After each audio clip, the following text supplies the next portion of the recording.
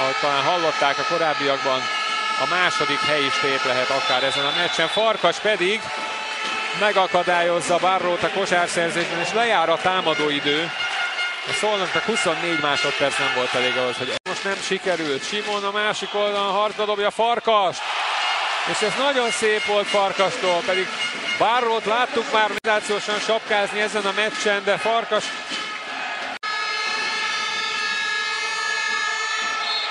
Barró pedig belepiszkált még ebbe a labdába. Itt bizonyosan róla ment ki. Mert az Albakon zúga mindent bele a csarnokban.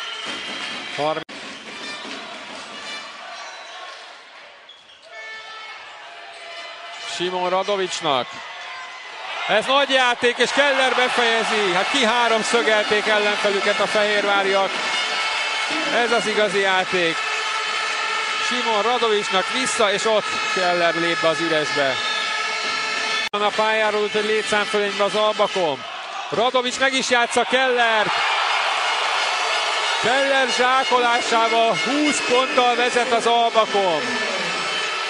Talpon az egész lelátó, mert erre valószínűleg Fehérváron a legoptimistábbak sem számítottak. Nincs Banks. És megint 4-3 ellen. Farkas. És ott a kosár. Farkas még reklamál egy faltot. Azt hiszem, hogy azért, mert a Taylor oda kapott, bár én nem láttam, hogy elérte volna. Aleksics.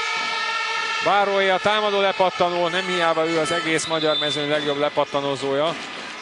Viszont bele is nyúlt Farkas Attila szemébe vagy orrába, mert nagyon fogja Farkas. Nyilván a lepattanóért folytatott harcban ez nem volt szándékos.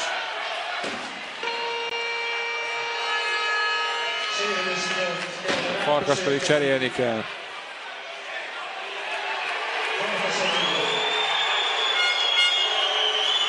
Keller Ákos jön a helyére. Megint meg tudja játszani Kellert. És megvan a támadó lepattanó. Újra megvan a támadó lepattanó az albának. Hát elképesztő. Mintha nem a magyar mezőny legjobb lepattanózója Uzmán Barró lenne már.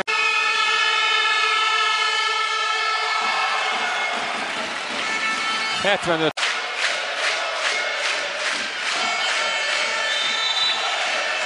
Farkas húzta vissza Barrójára, két büntető, 2-35.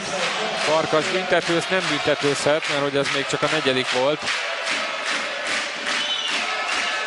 Akkor pedig az alapvonalójának. Grebenár. Farkas pedig berepül. És gyakorlatilag vetődve üti el a labdát.